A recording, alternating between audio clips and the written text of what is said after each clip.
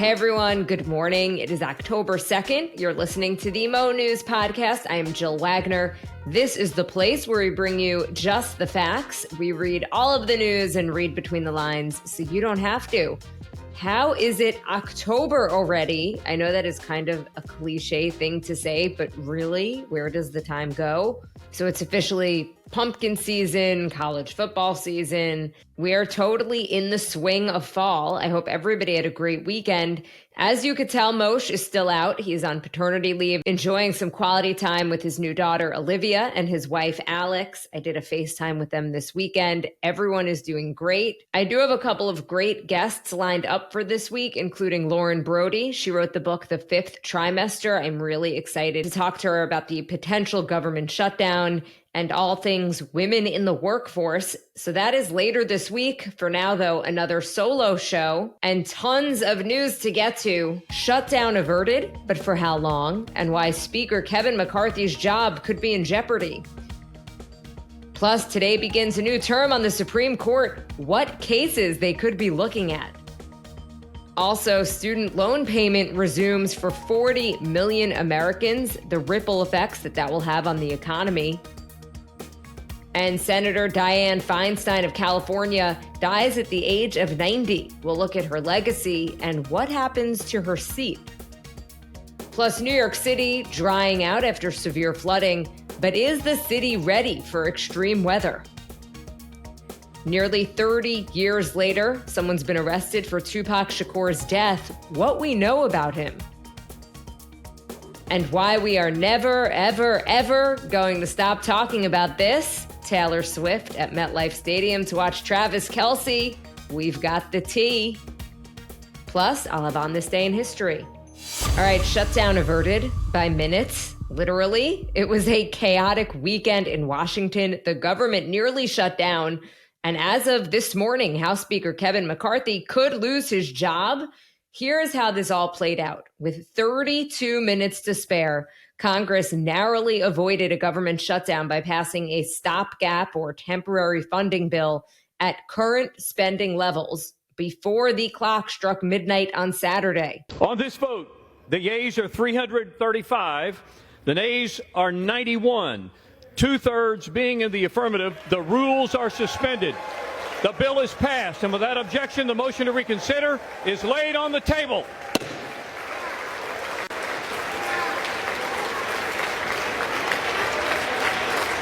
At 11:28 p.m., the White House posted a photo of President Biden signing that bill to keep the government open.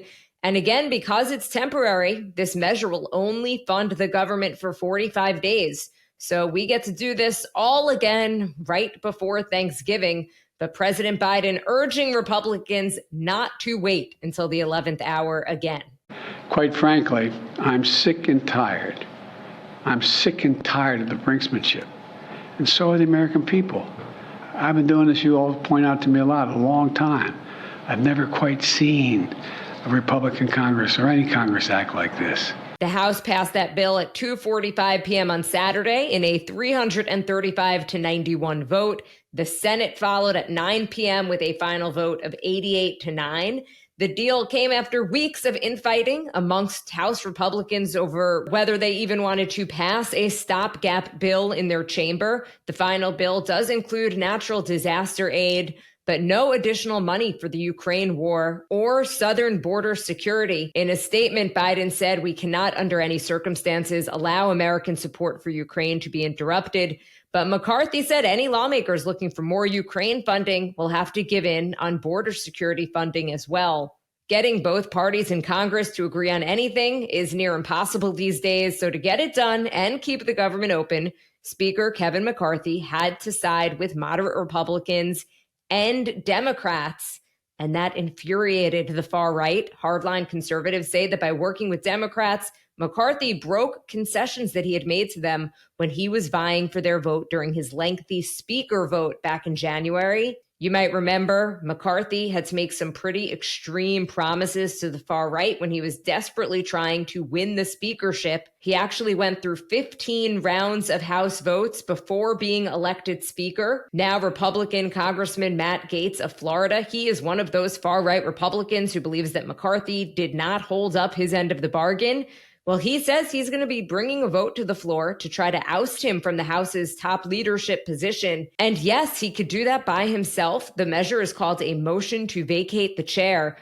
And ironically, the rule change that requires the backing of just one person to force the House to consider removing the speaker, well, that was one of the concessions that McCarthy made back in January in order to win the speakership in the first place. Most Republicans are dealing with some serious blowback to Gaetz over this move, fearing it will only hand more leverage to Democrats. McCarthy's ousting might be the only thing on the planet that could get far-right Republicans and progressive Democrats, the two extreme wings of each party, to join forces. McCarthy saying in response, quote, "I will survive," which makes me think of only one person here, Gloria Gaynor. But here is a little bit more about what he had to say. He called himself the adult in the room. We're going to keep government open while we work our differences out and secure our border. Do you worry about they'll try to remove you? You know what? If somebody wants to remove because I want to be the adult in the room, go ahead and try.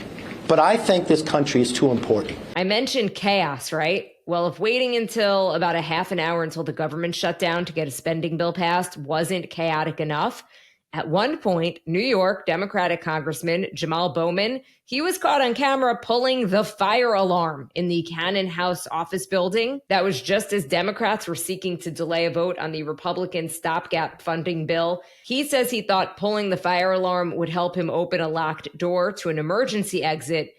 Critics not buying it. McCarthy's actually calling on the House Ethics Committee to look into it. Even Congressman George Santos, who has basically lied about every piece of his autobiography, calling Bowman out. The U.S. Capitol Police told reporters they are investigating the incident. In D.C., falsely pulling a fire alarm is a misdemeanor. But a bit of a Mo News reality check here. Many of the same people who are fine with Donald Trump being president, even though he's facing 91 indictments, want to kick Bowman out of Congress for pulling the fire alarm. So we will, of course, keep you posted on what happens with that. And today is the first day of the Supreme Court's new term. A reminder, the court is made up of 6 conservatives and 3 liberals. The court in just the past couple of years has overturned the Roe v. Wade ruling that legalized abortion nationwide back in 1973. The court's also expanded gun rights and rejected affirmative action in college admissions, and also broadened religious rights. So what is on the agenda this term? First up is a case from Iowa involving the sentencing of a nonviolent drug offender. There's also a slate of potential blockbuster cases on the docket, including decisions on gun rights, the First Amendment, social media, and abortion medication. This week, the justices will consider a case that could have huge ramifications in the business world and could result in new limits on the authority of regulatory agencies, which is a goal of many conservatives. Some other cases of interest, the U.S. versus Rahimi, which looks at whether a law banning people who are subject to restraining orders because of domestic violence from owning firearms violates the Second Amendment. There is also a case that looks at social media regulation. Abortion access could be back at the court with a case looking at whether to restrict access to mifepristone, one of 2 drugs typically used to induce a medicated abortion. A Supreme Court ruling on one of the most controversial political issues could have significant implications ahead of the presidential election. And the justices will also be looking at electoral districts in South Carolina. Time now for the speed read from CNBC. The pandemic-era pause on federal student loan payments ended yesterday, leaving as many as 40 million Americans on the hook for a new monthly bill that they haven't needed to make in more than 3 years. Economists are cautioning that the impact on households and the economy remains largely uncertain, as there is a little precedent for borrowers getting such a long break from their loan bills. But as the Biden administration ramps up repayment of the more than $1.7 trillion in federal student loan debt, Retailers and lenders are bracing for a hit. American households will get their first bills during an especially volatile period with the highest interest rates in decades. Plus, workers are on strike across the country, and there is another looming government shutdown. The financial services firm Jefferies warning that there could be a significant risk to consumer spending. In a survey of about 600 consumers with student debt, half say they're very concerned about meeting all of their expenses. About 70% of borrowers plan to postpone big ticket purchases come October. And many people with student debt plan to cut back on their spending on clothing, travel, and food. The Biden administration had hoped to ease that transition back to loan payments by forgiving up to $20,000 in student debt for many borrowers. But the Supreme Court blocked that policy in June. Now President Biden's pursuing another path to cancel people's debt, but it is expected to be a lengthy process. From CBS News, U.S. Senator Dianne Feinstein of California, a centrist Democrat and champion of liberal causes, has died at the age of 90. She was elected to the Senate in 1992. She broke gender barriers throughout her long career in both local and national politics.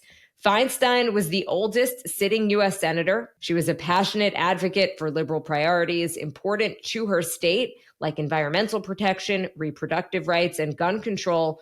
But she was also known as a pragmatic lawmaker who reached out to Republicans and sought middle ground. In a rare show of bipartisanship, Senate Majority Leader Chuck Schumer and Republican leader Mitch McConnell both talked about how big of a loss this is for the nation. Take a listen, starting with Schumer.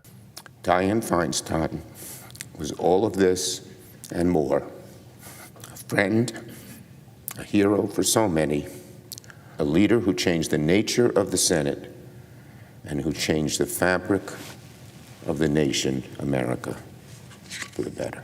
Dianne was a trailblazer in her beloved home state of California, and our entire nation are better for her dogged advocacy and diligent service. McConnell also talked about he and Dianne Feinstein were friends outside of the Senate, would often go for dinner with their spouses. It's something you do not hear as much about now, especially amongst people on opposite sides of the aisle. One story that I was reminded of back in 2008, it was Senator Dianne Feinstein who helped to broker a meeting between then Senator Barack Obama and Hillary Clinton to help mend fences, so to speak, after the really rough 2008 Democratic primary. She had set up this secret meeting for them at her house in Washington, D.C. She basically set up 2 chairs and went upstairs to do work. She said, they called me when it was over. I came down and I said, good night, everybody. I hope you had a good meeting. And they were laughing, and that was it. And of course, Hillary Clinton went on to be Secretary of State under President Obama. As for the politics right now, California Governor Gavin Newsom will appoint a temporary replacement. Before her death, he had repeatedly said that he would nominate a Black woman to serve the remainder of her term, which ends in 2025. There are currently no Black women in the Senate following Vice President Kamala Harris's election. Newsom recently qualified his commitment by saying that he only wanted a caretaker to serve out the term, meaning not somebody who would be running for that seat long term. Before Newsom had qualified that vow, Democratic Congresswoman Barbara Lee was widely viewed as a leading candidate to replace Feinstein. Newsom probably will move quickly here. Democrats now hold an effective 50-49 majority in the Senate, including 3 independent senators that caucus with them. From CBS News, New York City has dried out, but it comes after being soaked by one of its wettest days in decades. Traffic's resumed on highways, subways, and airports that were temporarily shuttered by Friday's severe rainfall, all back open.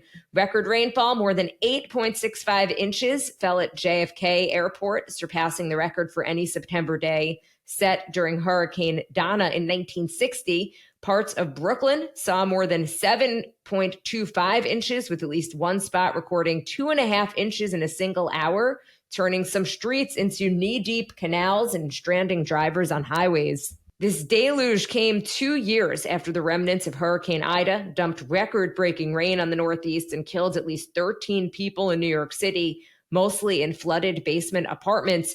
Although no deaths or severe injuries have been reported, Friday's storm stirred frightening memories. Virtually every subway line was at least partially suspended, rerouted, or running with delays. So why so much rain? The National Weather Service says the remnants of Tropical Storm Ophelia over the Atlantic Ocean combined with a mid-latitude system arriving from the west at a time of year when conditions coming off the ocean are particularly juicy for storms.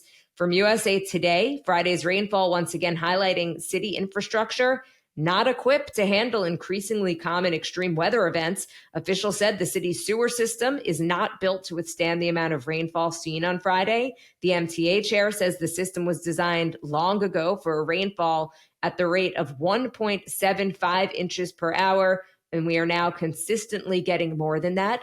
A meteorologist saying it is not complicated. Warmer air holds more moisture. As the planet warms, storms are forming in a hotter atmosphere that can hold more moisture, making extreme rainfall more frequent, according to some scientists. Now, in the case of Friday's storm, nearby ocean temps were actually below normal and air temperatures weren't too hot. Still, it became the third time in 2 years that rain fell at rates near 2 inches per hour in Central Park, which is quite unusual. From CNN, a big story that you might have missed on Friday. Police have charged a former gang leader with the 1996 murder of rapper Tupac Shakur.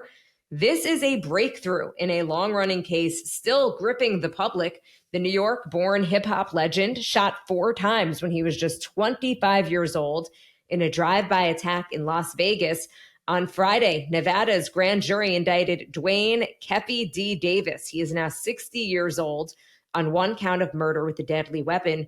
Police say he planned the deadly shooting after his nephew was involved in a fight with Shakur in a casino. So who is Kefi D? Well, as far back as 1998, he was telling a cable channel, BET, that he was a front seat passenger in a car from which a fellow passenger fired the shots that killed Tupac Shakur. Authorities say that Davis plotted and orchestrated the shooting in a matter of hours after the rapper and others attacked his nephew that same day. Davis has said in a memoir that he is one of 2 living witnesses, with the other being the record label boss who was driving Shakur. Shakur and Suge Knight, then the CEO of the rapper's label Death Row Records, were affiliated with one gang, and Davis was affiliated with a different gang. Shakur was in Vegas to attend a Mike Tyson boxing match at the MGM Grand Hotel, an event that Davis and his nephew, Orlando Anderson, also attended. Police say after the match, members of Death Row Records, which Tupac was allegedly affiliated with, saw Anderson near an elevator bank inside the hotel and started to punch him and kick him. Both crews left the hotel after the fight. When Davis learned of the attack on his nephew, he, quote, began to devise a plan to obtain a firearm and retaliate against Suge Knight and Shakur. And after securing a gun, eventually his group tracked down the car that Shakur and Knight were in, drove alongside their black BMW, and gunshots were fired from the Cadillac into the BMW, striking Shakur 4 times.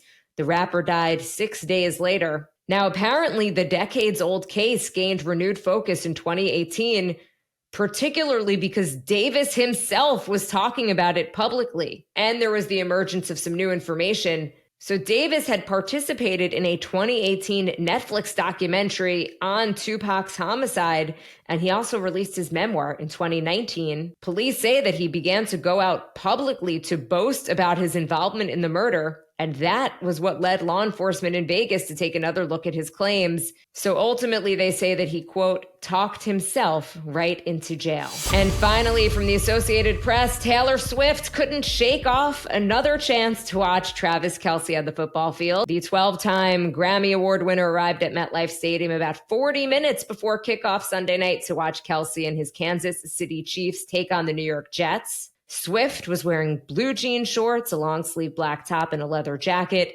entering the stadium's security area with actors Ryan Reynolds, Blake Lively, and Hugh Jackman. Her appearance came a week after she was at Arrowhead Stadium, decked out in red and white, to see the Chiefs' 41-10 win over the Chicago Bears. Why does this all matter? Per Axios, Taylor Swift, no longer just a pop icon, she is the next great American dynasty, single-handedly steering some of the country's most vaunted brands and institutions. So she already fueled the nation's economy for much of the summer with her Eras tour. She drove thousands of people to register to vote. And now she is a beacon of opportunity and cash for both the NFL and Hollywood. She was spotted in a box aggressively cheering the Kansas City Chiefs alongside Donna Kelce, the mother of Travis Kelce. And in the 24 hours after the game, Kelce gained over 300,000 new social media followers. There was a 400% increase in merchandise sales, and his podcast ranked #1 on the Apple charts. And as social media exploded with the spotting, Swift's attendance actually drove ratings among young female viewers. And Swift is also having an impact on the box office. This fall's movie slate was looking pretty bare until Swift delivered an unexpected jolt with the surprise announcement of her Eras Tour film, set for release on October 13th. The concert film tracking toward a $100 million opening weekend domestically, and likely much higher, according to Deadline, with one analyst calling it a unicorn. I have to say, I could not get tickets to the Eras show. Way too expensive, and I just couldn't even figure out how to navigate the ticket system. But I am very excited to go see the movie about the tour, and I will take my daughter to it. All right, time now for On This Day. On this day in 1950, the first Peanuts comic strip was published. On this day in 1967, American lawyer and civil rights activist Thurgood Marshall was sworn in as an Associate Justice of the U.S. Supreme Court, becoming its first African-American member. On this day in 1985, American actor Rock Hudson died, becoming one of the first Hollywood celebrities known to succumb to AIDS-related complications. The extensive publicity surrounding his death drew a lot of attention to the disease. And a little modern-day pop culture history. The Simpsons, the longest-running primetime scripted show in television history, kicks off its historic 35th season on Fox this past weekend. And I can't believe I'm going to admit this, but I don't think I've ever seen a full episode of The Simpsons. I don't know what that says about me, but so there. All right, everybody, thank you for sticking with me. Have a great day. We want to thank you so much for listening to the Mo News podcast. If you like what you hear, share this with your friends. It will really help us grow. Follow us and subscribe so you don't miss an episode. Review us in the App Store. Call us 1-800-711-MOSH, M-O-S-H, and don't forget to follow us at Mosh on Instagram, M-O-S-H-E-H. Have a great day.